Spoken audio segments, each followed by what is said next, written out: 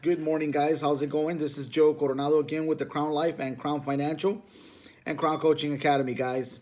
If you guys haven't had a chance to jump on our YouTube channel, which is called the Crown Life, please do so. I'd love to have you guys on and listen to some of the content that I put out and some of the information that can be very beneficial to you in your business.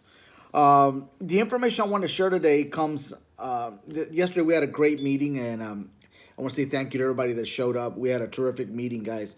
But I've kind of realized that we go back to the same thing when we talk to somebody.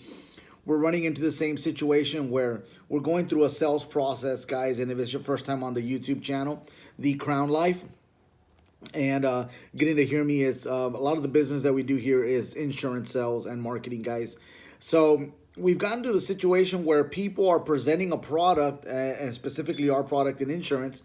They're talking about a product, and the buyer's not motivated. He hasn't come into he's not interested in purchasing, or he hasn't created any type of in advance in saying, well, I'm interested or I want to purchase. So what's the next process? What do we do, guys? How do we get this buyer just to make the jump or get him over the fence? It's really simple. We just ask a simple quick question: is, Mr. or Mrs. Garcia or Mrs. Jones, do you want to see if you qualify for the product that we're talking to you about today? And just that simple question, do you want to see if you qualify? Basically, a lot of times they have hesitation in their mind that they may not qualify, or a lot of times they just feel like I'm on medication, or I dealt with an illness in the past previously, and I might not qualify. So if we get a chance, we get to that point, guys, the question just needs to be really simple. Mr. and Mrs. Jones or Mrs. Garcia, Mr. Garcia, would you like to see if you qualify? In the moment they say yes, you then, of course, begin the process in start writing up the application. Now, you can jump into writing up the paperwork on this client and go deadhead right into your name is, Joe Garcia, and your social security number is this, and that. That approach to me seems very linear and very direct. And sometimes I notice that, and I notice this when you're dealing with somebody who is, I don't know how to put this lightly, but when we're dealing with somebody that has had time, they feel, I should say, and I always talk about this, when we have people that are, I was online yesterday and I was researching information, or I was listening to this podcast or this channel or whatever, and it says never to give my information to anybody. Well, then, if that was the case, nobody would be buying things online. Nobody would be buying things through Amazon. So we have to ask a question, and I noticed this. I ask the questions backwards: is, are you dealing with any critical illnesses? Illness number one. I go through the illnesses, then I fill out the top portion of the information. Then I explain to them that this process is to see if they qualify for coverage, guys. And it's just how we get the information from the client. When I'm speaking to somebody who's Hispanic and they speak predominantly Spanish, it's a little different. The language lets me be a little more direct with them. And I feel that the clients are a lot more forthcoming with information. They don't think they're too smart for me. And what I mean by that is, in today's day and age, I researched this and I looked this up, and all of that is BS, guys. In all honesty, most people don't research anything that's beneficial to them. They research it in the moment that they're dealing with a critical illness. They research it when somebody passed away. They research it usually after the fact. So for somebody to tell you that they've been researching, I'm going to say maybe 1 out of 10 has. But every time I talk to somebody, and when I say that here, and it's not predominantly Spanish speaking, and they always give me that, oh, well, I researched this and that, and then I start pressing a little bit with a few more questions, we go and find out that that's literally not true. When I'm dealing with somebody that's predominantly Spanish, we're a little bit more direct. The language lets us be more direct with them, and and the client doesn't try to play any games as, same thing. Let's going back to, I was on a podcast, or I heard this on the radio, and they're just, can I get qualified? We see if they qualify. Very simple, guys. We can't be afraid to ask these questions. Do you want to see if you qualify? We can't be afraid. I was mentioning to the team yesterday that when you go in through the door, you had a zero. You didn't purchase. They hadn't purchased anything from you. They haven't bought nothing from you. So go in there with the freedom of mind that you don't have anything anyway. So you're gonna go and do what you do to close this deal. So you're not going to offend anybody. You're doing the right thing. You're helping this person. You're being ethical, and you're being truthful. First and foremost, be truthful for the information that you share.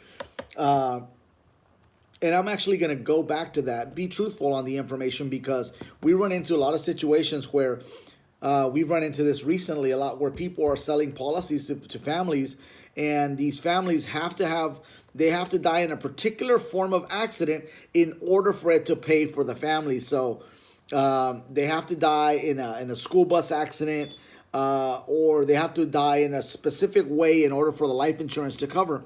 We also notice with critical illnesses, we have a lot of agencies now that are misinforming people and telling them that their critical illness also covers all these different illnesses, which is not true. We've gone through and looked at the policy with the client, and then the client, of course, he ends up contacting the company, and the company's like, that doesn't exist, so it's not true. We want to be truthful with the information, guys. You don't ever want to get caught in this aha moment, and be forthcoming with information.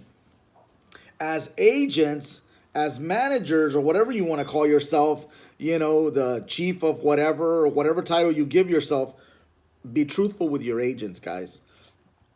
I worked in an industry prior, and this is the truth.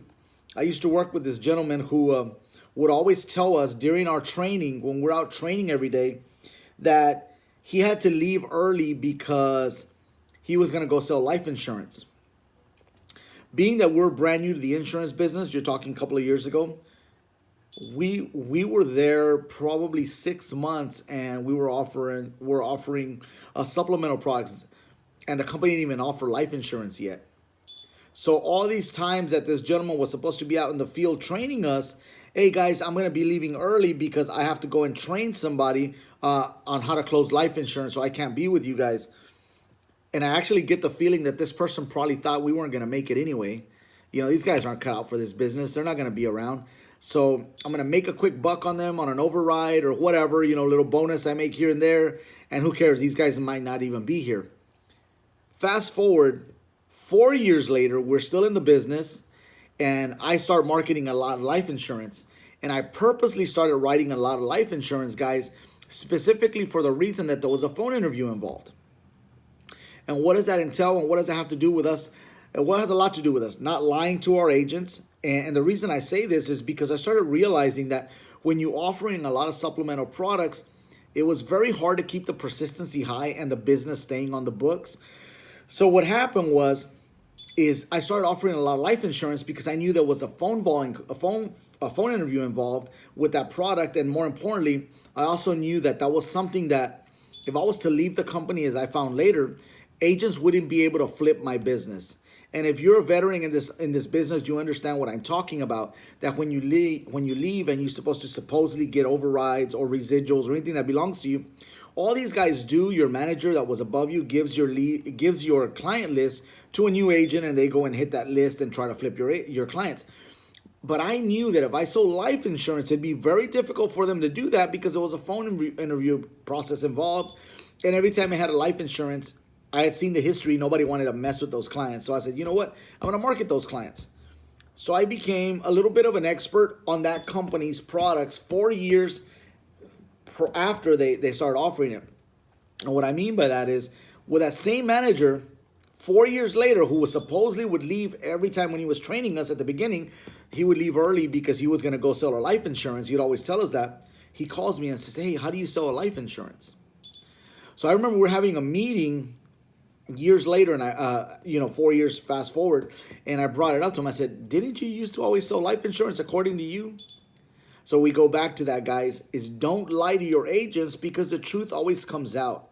Don't lie to your clients, because either the truth's going to come out on behalf of another agent, he's going to sell them a policy, and you're going to lose that client. And more importantly, you're going to be known as a mockery in the community that you serve, guys. So do yourself a favor.